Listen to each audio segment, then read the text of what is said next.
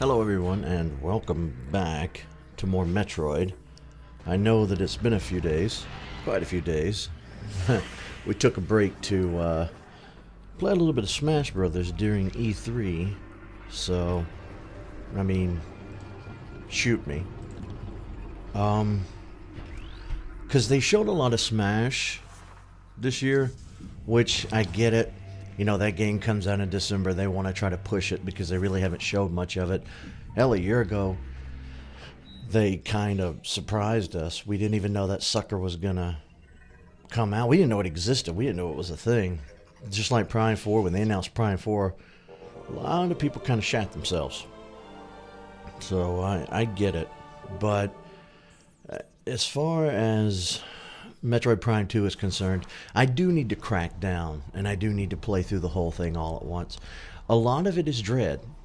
You know, I'm going to admit it. A lot of it is me knowing that I'm going to get lost, and it's going to be a pain in the ass to try and keep up with where I am and what I'm doing. And I just really haven't been looking forward to that. I mean, look at me. I'm sitting here trying to figure this out.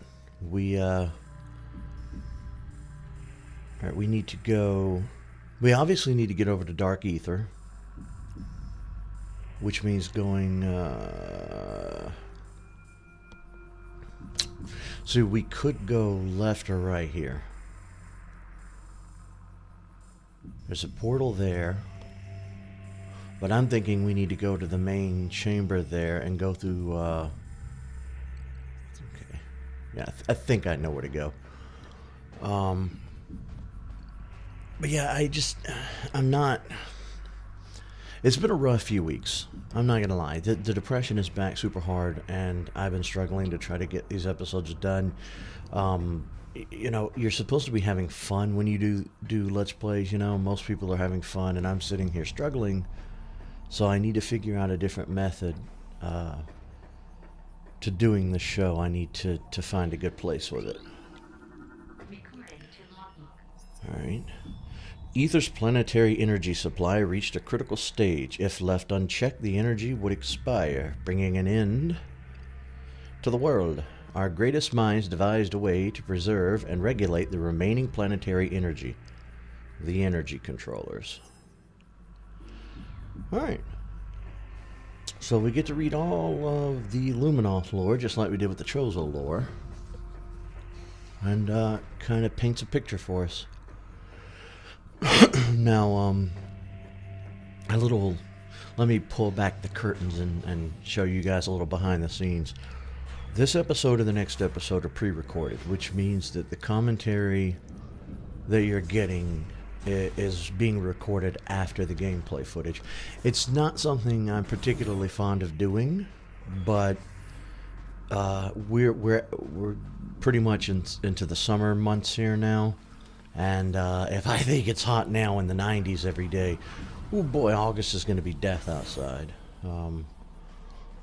Today was a particularly rough day. I woke up an hour too late, and I had a rough evening with the depression and anxiety, and trying to figure out my whole diet and exercise thing and get back on track with that has been an absolute nightmare. And it was nice taking a few days off for E3 and come on, and then trying to you know, work some Smash into there. But I definitely need to work on Prime 2 and finish that up. So that's here on out, to the best of my knowledge, I'm going to sit down and try to play a little bit of Prime 2 every day. None of the pre-recorded stuff, because that's real hard to do. Subject terminated 1.9 decacycles ago. He has a number of wounds caused by small explosions, most likely delivered by a Portable rocket launcher or grenade system. Wow. Space pirates. Well, we've already scanned him, so that's not going to be an issue. Boop. Whoa! Love the way that the beam cannon and the missiles kind of have that trail behind them. I love that distorted reality look. Like, even when the space pirates come in, you kind of get that distortion that looks kind of neat. Spatial distortion. Whoa. He looks gnarly. Oh, yeah, we haven't scanned him yet. Pirate troopers, already trained to follow orders without question, were perfect candidates for Ing possession. Oof. Darklings moved to take every trooper they could, expanding the army of the Horde considerably. Space pirate technology struck a chord with the Ing, who now hunt actively for gadgetry of any kind, especially weapons systems. Alright. That makes total sense. I mean, if the Ing could get a hold of Samus... Ooh. Ether would go extinct. It'd all be about Dark Ether at that point. I guess they did kind of get a hold of Samus's. Samus. I mean, they, when she first went into the portal here, they took, a handful of her power-ups. Solar lens, okay. So this sucker is solar powered. That's good. We'll just use this focus, solar power. Alright. Automated door, controller. Alright, yeah, we get it. The controller is in the other dimension. We'll have to go to Dark Ether to activate the door.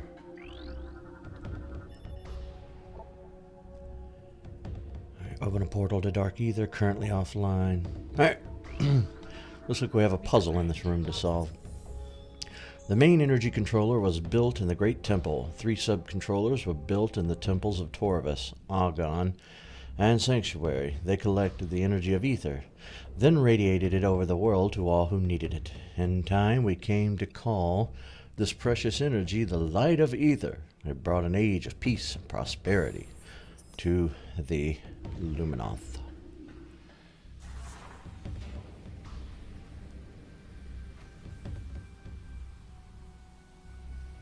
And, oh, I guess it would help if I activated it with a Morph Ball Bomb. Alright, it sounds like this might be a timed thing. But yeah, all my bitching aside, it's been rough, but we're here. We're going to finish this game. Because Prime 3 is kind of big too, and Prime 3 lets you go to more than one planet, so that's fun. Prime 3 was fun. I only ever played it once. Like, I think I've played through this once all the way, halfway through twice, and Prime 1 I played through more than any of the others. I don't know how many times exact, but Prime 3 had a charm that I did not appreciate back in the day, because around the time Prime 3 came out during the Wii's run, I was kind of just slipping away from gaming altogether. It didn't matter what franchise it was, nothing mattered, because I was taking a different path in life. You know, I was more concerned with literature and film, and I went through a kind of like an artsy-fartsy phase around 2007. Somewhere around there. I'd say 07, 8, and 9. Those 3 years were an artsy-fartsy run for me. And not so much after that. 2010, 11, 12-ish, that was me trying to reconcile a lot of angsty inner turmoil that should have worn off in my teen years, but hadn't. And I missed a lot of games over the years. I missed the whole Xbox thing, but even when it comes to Nintendo, I've missed so much. Because, like, I'm not playing Splatoon now, and Splatoon's huge. People really love Splatoon.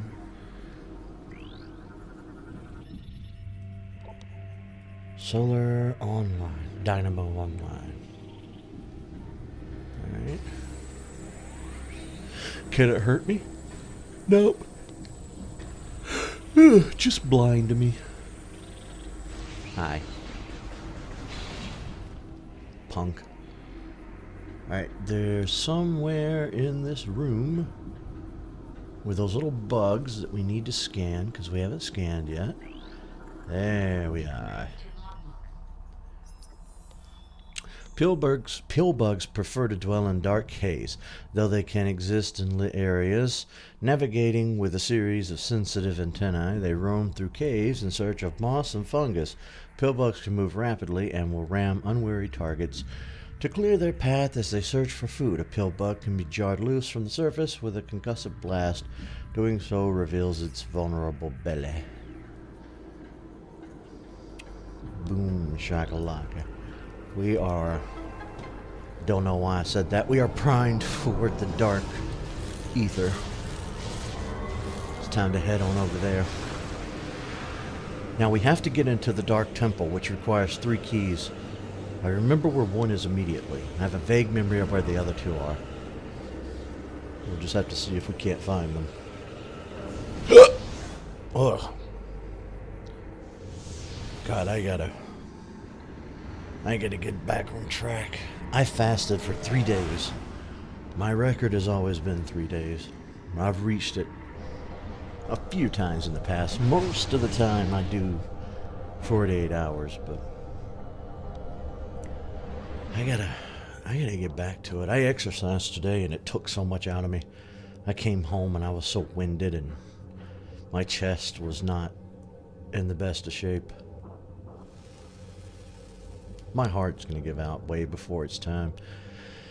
I'm going to have to spend the next 20 or 30 years really kind of catching up on lost time.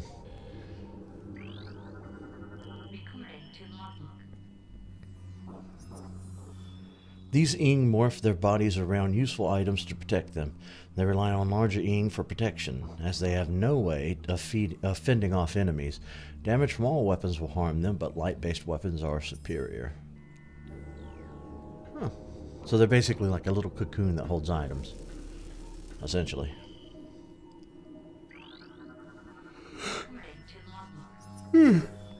Light crystals provide protection from dark ether's atmosphere. They can be nullified by dark energy and supercharged by light energy.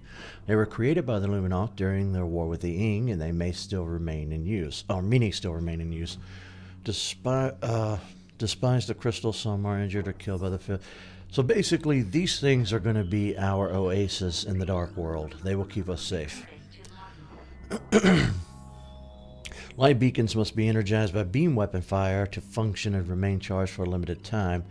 They were created by the Luminoth when they ran short of light crystals during the war. They were simpler to make, but were also unstable. They had to be energized periodically and could run out of energy at critical moments. Still, any protection was better than none for the Luminoth warriors.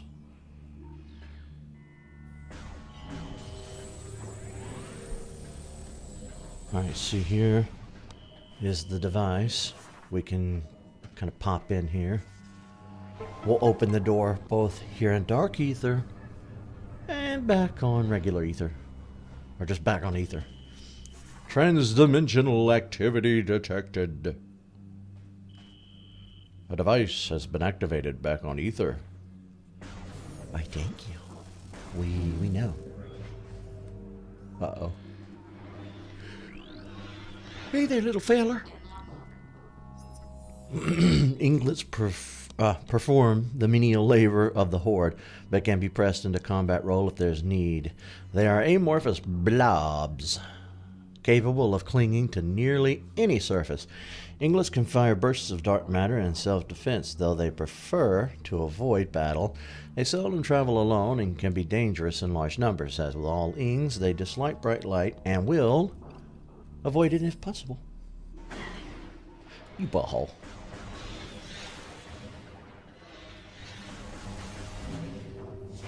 You know what?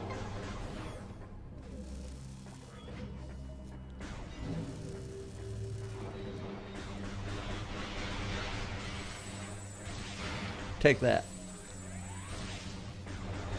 It was a violent yawn. Now, see, that's something I've been trying to avoid in the 7 months we've been doing this show. I have these violent yawns. Like, instead of taking in oxygen slowly, like a yawn, it'll hit me like a sneeze. And it'll just be a violent intake of air all at once, and it'll sound like I'm being scared or something. It's a gasp is what it is.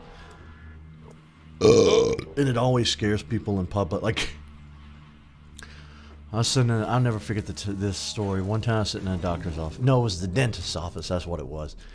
And it was real quiet in there. They didn't have like the cheesy grocery store music playing like most doctors' offices did. And it was one of those things where it was so quiet in there that day. Because they didn't have any kids in there. You know, it was like late in the evening. It was just me and one lady in there. She had to be maybe in her 60s. She wasn't super old, but she was older. And I expected her to do something, like play on her phone, read a magazine, do something. This lady sat and stared into space. Lightbringers were created by the Luminoth for use in their war with the Ying. The crystalline creatures generate a field. Oh yeah, I forgot. I screwed this one up. And then I went into that. Hold on. Wait till we come back around. Lightbringers were created by the Luminoth for use in the war with the Ying. The crystalline creatures, they give off life-giving energy at all times. They can be energized like saison crystals. They are immune to most weapon fire. Only a burst of matter, antimatter, can destroy them. Basically, it's a living creature the Luminoth created to be a beacon. That's all you need to know. Back to my uninteresting story. So, she's just staring into space the whole time I'm there. And I'm sitting there, and I'm yawning. Like I do in pretty much every episode here. Where it's not that I'm bored, it's just that I don't talk much through the day because I don't have a 9-to-5er. So I don't spend much time out in the world. I spend a lot of time in seclusion, and I don't talk to myself, so I don't talk much outside of doing the show.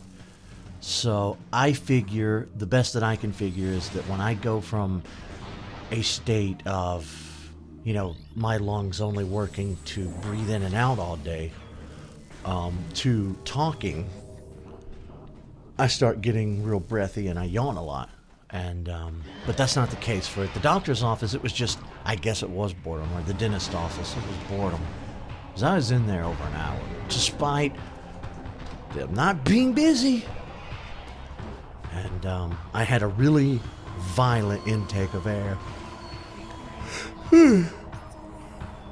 This warrior Ying has absorbed the power of the space jump boots. Yeah, boots. It can leap incredible distances and heights, and uses this ability to great effect in battle. Target can generate powerful shock waves of dark energy and will sheath itself in a potent force field to protect itself. It cannot maintain the shield indefinitely. Concentrate weapon fire on it when the shield is down. Alright. This little pecker's not hard to fight. Just annoying to fight because he'll... First of all, he has that, and the only way to protect yourself is to kind of be janky with it and hide behind the crystal. But, he has a full health bar, and he can jump like a mofo. So, But yeah, so that's pretty much how it went down. I'm just sitting there. I've been in there over an hour. I'm peeved because they don't seem busy. It's kind of later in the afternoon, so the best I can figure is maybe the dentist went out to lunch and came back late, or was just generally being lazy that day. I don't know. I mean, he's getting paid the same no matter what. So it was just right before they called me back. It was super quiet. I had managed to keep all my yawns quiet. And then all of a sudden, out of nowhere, I just did one of those crazy, scary inhale yawns that I do, that I don't think you guys have ever really heard. And this poor old lady, I thought she was going to have a heart attack and die. she jumped and threw her purse, and I at first it was like an involuntary shock laugh, and I honestly I don't know how to explain it. I kind of did this weird laugh to where just the laugh you do when you're just hanging out with your friends and everybody's goofing off and telling jokes and just being palling around, you know. So it's one of those laughs you give when you expect laughs in return. But this lady gave me a look, and I thought she was going to cuss me out. Oh yeah, I couldn't do anything about it. I mean, I perpetually yawn. Like people who have Tourette's, you know, it's a tic. They can't do anything about it. When I'm sitting somewhere in public and it's super quiet, or I'm doing the show, my body is just compelled to yawn a lot. I don't know why. I guess I could probably Google it and find out. I just haven't because I'm lazy. Jump Guardian defeated. Cool. Alright. Hey, that one looks a little different. Ultra energy unit. Jeez. Why did I say jeez like Mr. Garrison? Oh, jeez. Oh, I'm sorry. He's president now, isn't he? I'm still baffled why they decided to make Mr. Garrison president on South Park instead of just going for the obvious, here's Trump, we hate him. You know, I guess part of me understands. You know, it's a cartoon, and that's their defense. They can kind of say, hey, it's a cartoon. Trump's not president in this cartoon's canon. In this little universe here, it's our character, Mr. Garrison. So, nanny nanny boo boo, go fuck yourselves. You know, if Trump was to try to pitch a titty fit or somebody was to try to complain. But, alright. We, need to figure out where we're going here.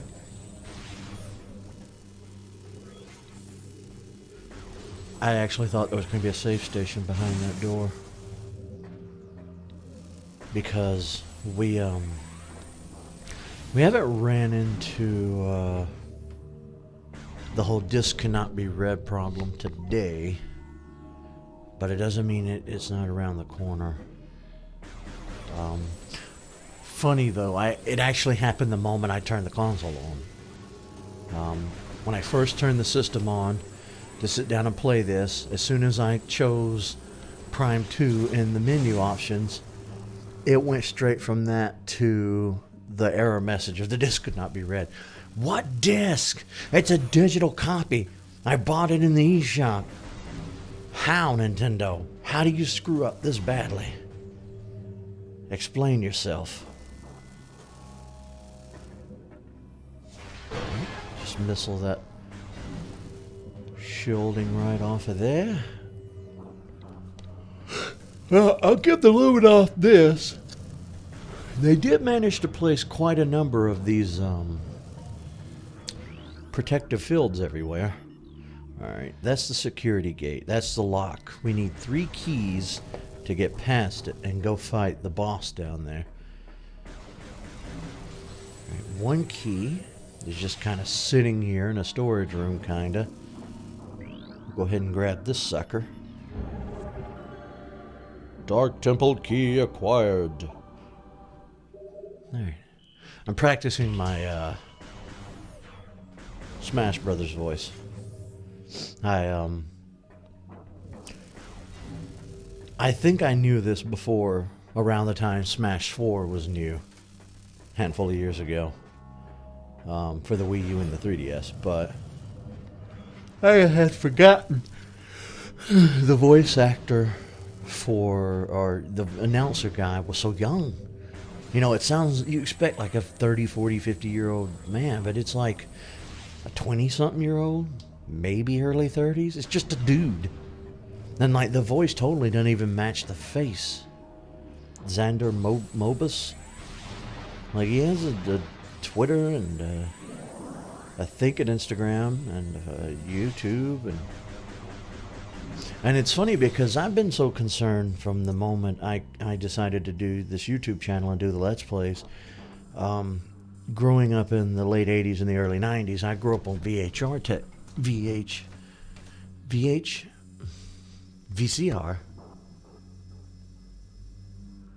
There we go. VHR. Why do I keep saying VHR? What is VHR? VHS technology. I think I was trying to combine VHS and DVR. But I grew up recording TV shows on the VHS tapes. And so growing up, I always wanted to do a show. You know, I was big on watching Conan. I didn't watch Conan often. But when I did catch Conan, I liked watching Conan. I didn't care for Jay Leno. And I definitely don't care for any of the night shows now. But when I decided to do this, I wanted the show to be reminiscent of just a guy trying to have an actual show, television format. You have an opening theme, you know, you have commercial breaks, you have ending credits. Although I don't really have ending credits per se, we just have like an outro kind of theme going on. But that's where I wanted to go with this show. And I was very cautious since we deal with a lot of Nintendo games. You know, Nintendo will try to get you shut down. They'll say you can't say words like fuck. You have to be family oriented. But then every YouTuber I watch cusses like a sailor, and they still are able to monetize their channels. Light portals allow living beings to travel to ether without being disrupted and scattered. Oh God. Throughout the universe and the void, they are unstable, however, and only remain viable for a limited period of time. Some can be reactivated, while others vanish forever once they are used. But, so yeah, I've recently just given up on it. You know, a couple of my buddies tried to tell me you should just do whatever. You're not going to get popular. Nobody's really going to watch you anyway. It's not like you have to worry about monetization. You'll probably never even reach that stage on YouTube because YouTube's kind of dying anyhow.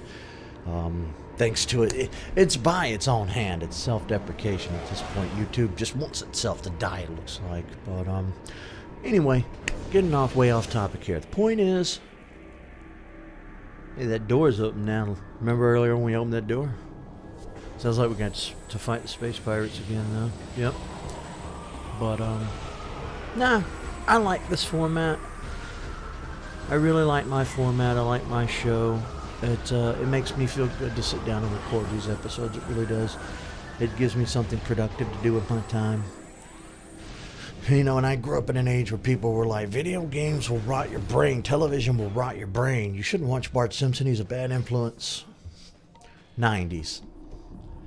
And again, VCR and VHS technology. I grew up recording shows, so, you know, all the digital stuff this day and age, cell phone stuff, you know, everybody like kind of getting their entertainment from the internet. That was something I had to get used to and grow into because I'm a relic of the old century, of the last century. But no, you know, I didn't realize Xander Mobus was so young in the face because the voice didn't fit the face. And on his Twitter and whatnot, I've been seeing him use the word fuck and whatnot and all these other words. And he's not like the South Park level to where it's every 2 seconds, but it's enough. So I don't think I'm going to worry about it anymore either. I think that's something I can lay to rest. And, yeah.